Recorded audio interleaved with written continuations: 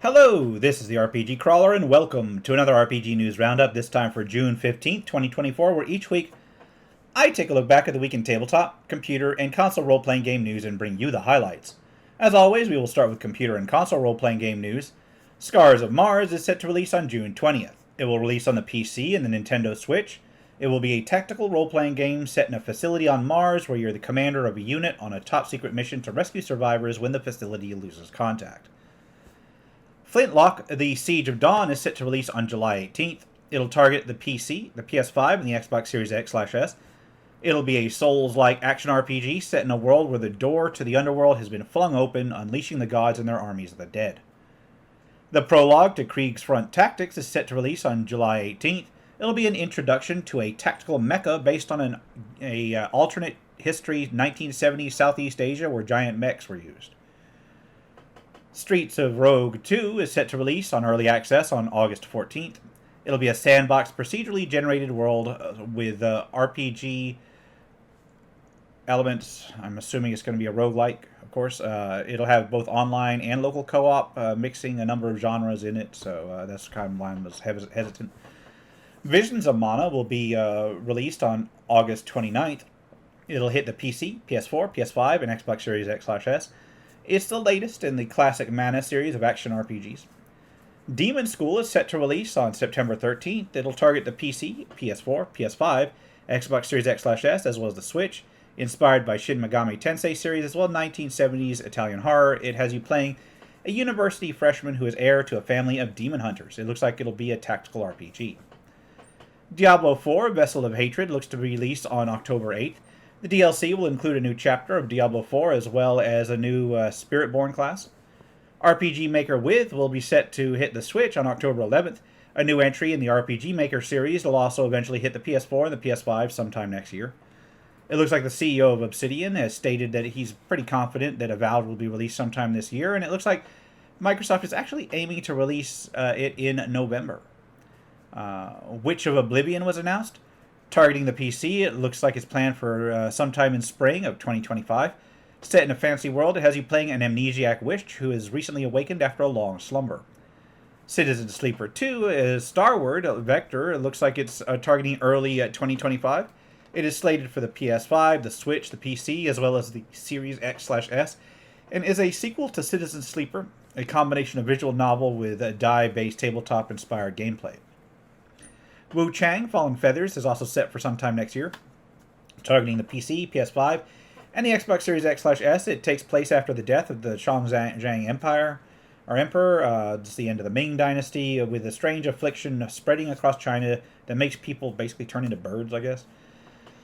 Claire Obscure, Expedition 33, is announced. It will be a turn-based RPG with real-time elements inspired by the Belle Epoque of France. It'll target the PC, PS5, and the Xbox Series X/S for release sometime in 2025. Streets of Fortuna was announced, although no release window is set. It'll be a sandbox RPG set in a procedurally generated city inspired by Constantinople about the year 500. The Magic World 2, Curse of the Ancients, was announced. It has you exploring an open world, dealing with monsters, wandering through dungeons, and gathering a team of allies. As far as actual releases go, the Kingdom Hearts series saw its release on PC through Steam. It's separated into 3 collections, each one covering a different entry in the series and its various expansions. Then Shin Megami Tensei 5 Vengeance was released, an entry into the classic JRPG series Shin Megami Tensei. It'll offer 2 story paths, letting you pick which ideologies you are willing to fight for. Monster Hunter Story saw its release. It is a JRPG taking place in the world of Monster Hunter. I believe it was actually a version originally released on handheld consoles some time ago, but updated for the PC and modern systems. Sunnyside is a farming sim/dating sim hybrid RPG with anime stylings, where you deal with farming and general life simulation in the Japanese countryside. Vagrus, The Riven Realms, saw its Old Acquaintances DLC come out. It is basically a collection of 2 new companions along with associated backgrounds, storylines, and areas. Wayfinder saw its release into early access. It is an action dungeon crawler with online co-op taking place in a shattered world. Astruan Academy is a JRPG that follows a group of magical girls. Withering Way is an action-adventure RPG dealing with a foul blight that has fallen upon an island. You have risen years after your own execution to save the souls from their new fate. Pathfinder Wrath of the Righteous saw its Dance of Masks DLC released. It is the final DLC for Pathfinder Wrath of the Righteous and includes a new adventure, personal events for every companion, new archetypes, and so on. Finn JRPG is a retro-style casual JRPG in a low fantasy setting. Wish I could say more, but it looks pretty straightforward. Finally, there is Code of Superheroes, a turn-based strategy tactics game. Not sure how much of an RPG it is, where you play a superhero in a procedurally generated world. And now, on to tabletop role-playing game news. I don't generally cover award ceremonies. There was one for the Diana Jones one. And I don't cover cons in general, but, the North Texas RPG Con concluded over that weekend, last weekend. So I hope the old school fans who attended had a good time, heard some good things about it. But it's, I would say I don't want to attend, but it is in Texas. It's just on the other side of Texas, which if you know Texas, that's actually kind of far away. Yeah. Anyway, onward towards minor and PDF releases. Tower of the Tyrant is an introductory adventure for Pathfinder 2nd Edition. Oh, I forgot to mention, there's also some more cover reveals for the upcoming D&D 2024 version for those who are interested in them. I don't necessarily care about books covers, but some people might. It looks like interesting art. Anyway, also for Pathfinder 2nd Edition is Found Path Cleric, designed to simplify the number of choices that you need to create and progress a cleric in Pathfinder 2nd Edition. Basically streamlines things. Grim Press has a few offerings for their Cavern Crawl series of 5th edition Dungeon Crawl adventures. There is Cavern Crawl number 46, The Harvesters, Cavern Crawler number 45, The Harvesters, Cavern Crawler number 6, number 46, Echoes of War. Wow, I am scrambled today. I'm dealing with a sister who has a tooth infection, so I'm kind of trying to get through this. Cavern Crawl number 47, Vain Vengeance. Luna Publishing has a number of offerings on their Clockwork Carnage 5th edition group of adventures. There's the Liber Horologium, a player and game master supplement that offers a new lineage, new subclasses, new clockwork items, spells, magic items, and a couple backgrounds. There's also the various scenarios and adventures, starting with the mysterious murder of Julian Brannebrut, Dr. Vesemizner's Manor of Mechanical Malice, Catacomb of Brass, and then a bundle of the adventures all gathered together. The Last Dragon is a 5th edition adaptable adventure that has bits of lore and deals with a place where dragons once used the realm, but now have been, once ruled the realm, but now have been reduced to a single solitary remnant. It is also available in a collector's edition. Collector's edition PDF. Okay, sure. Failver's Shadow is a one-shot adventure, for 5th edition. It deals with the lost fire gods of the elves who has begun to return. Harrow Manor is a 5th edition adventure that deals with an old mansion which looms over a sleepy town.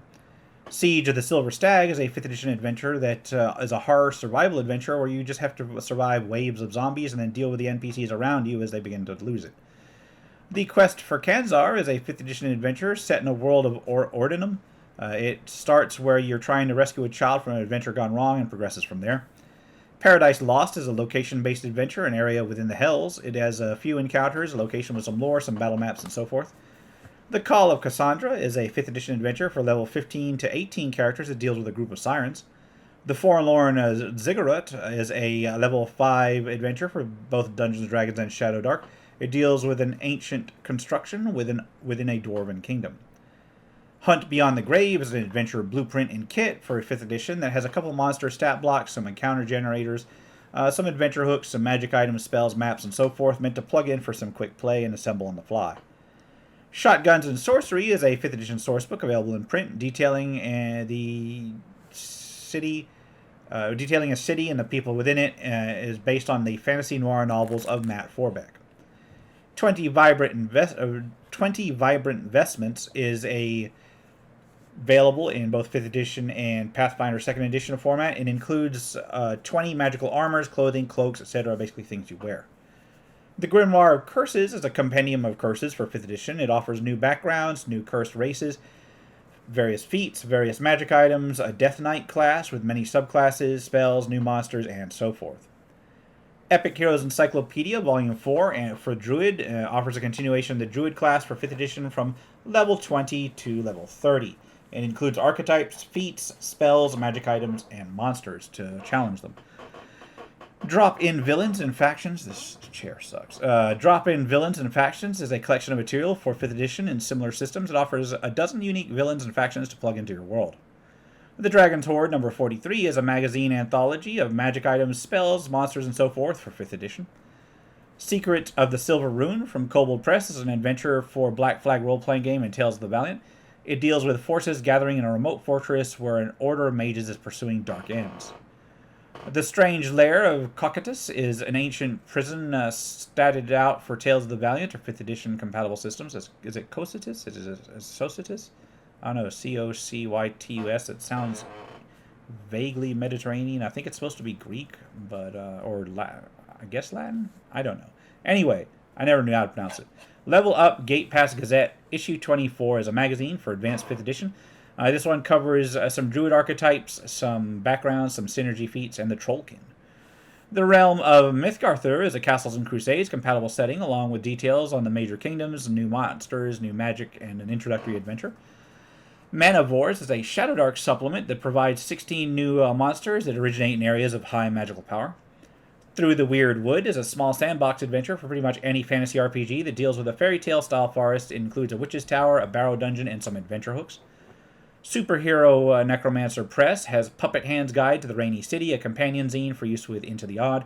There's also The Restless Dead, True Tales of Gas and Geist in the Rainy City, which offers various stories of spirits within the city.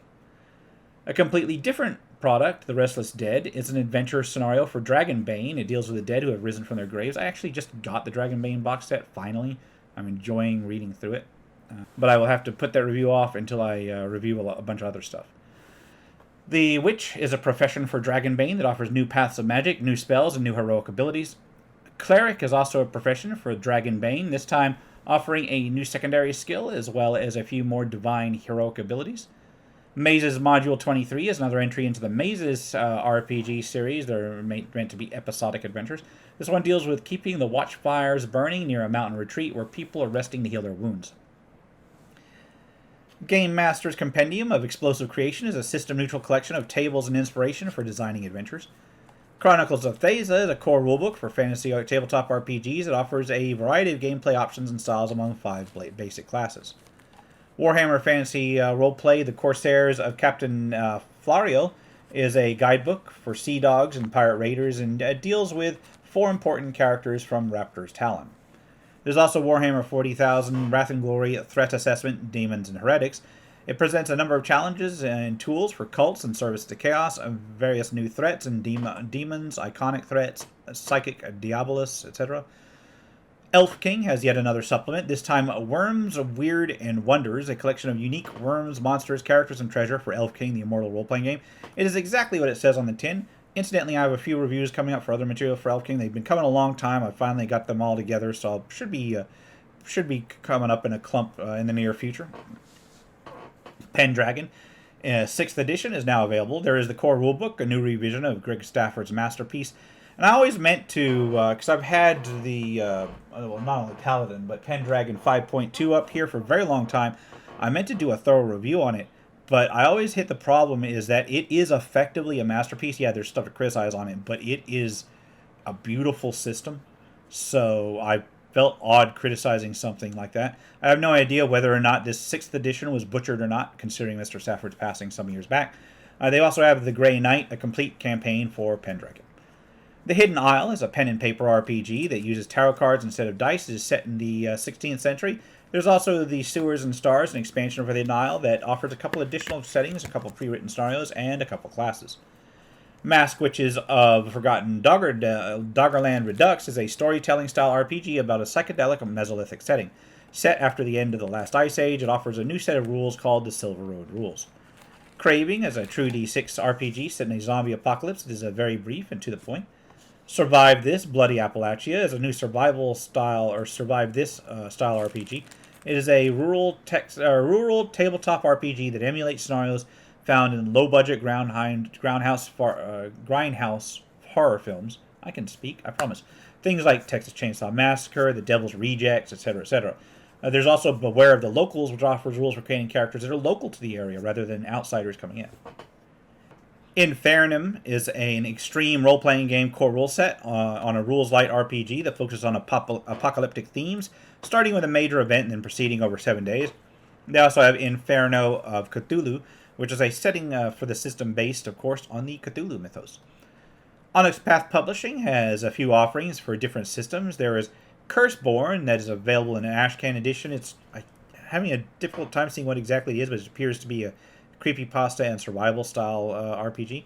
There's also Clades Companion Edition available in print that offers options for players and storytellers of Deviant, the Renegades.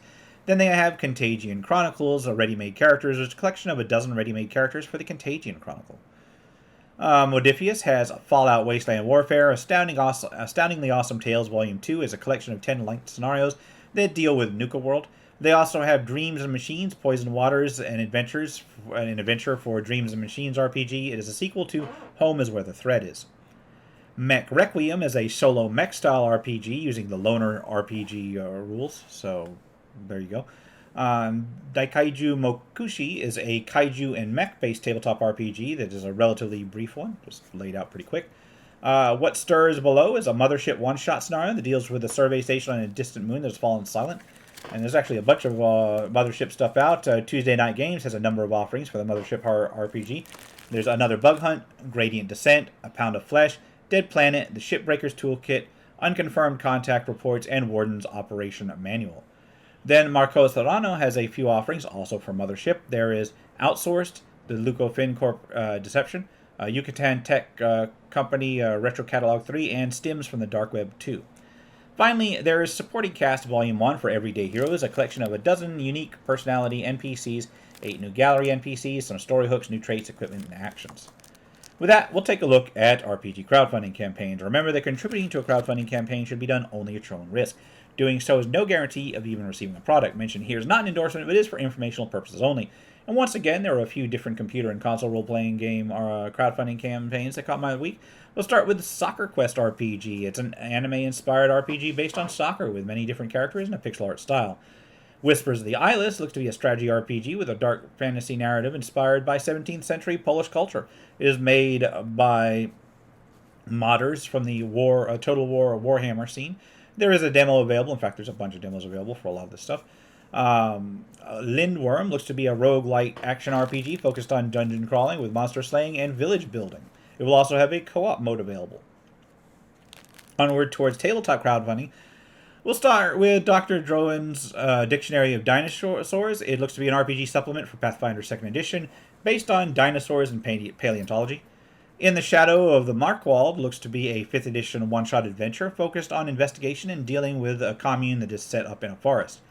The Lost City of Eldrath will be a 5th edition campaign designed around a city shrouded in myth and secret which was thought to be lost for centuries.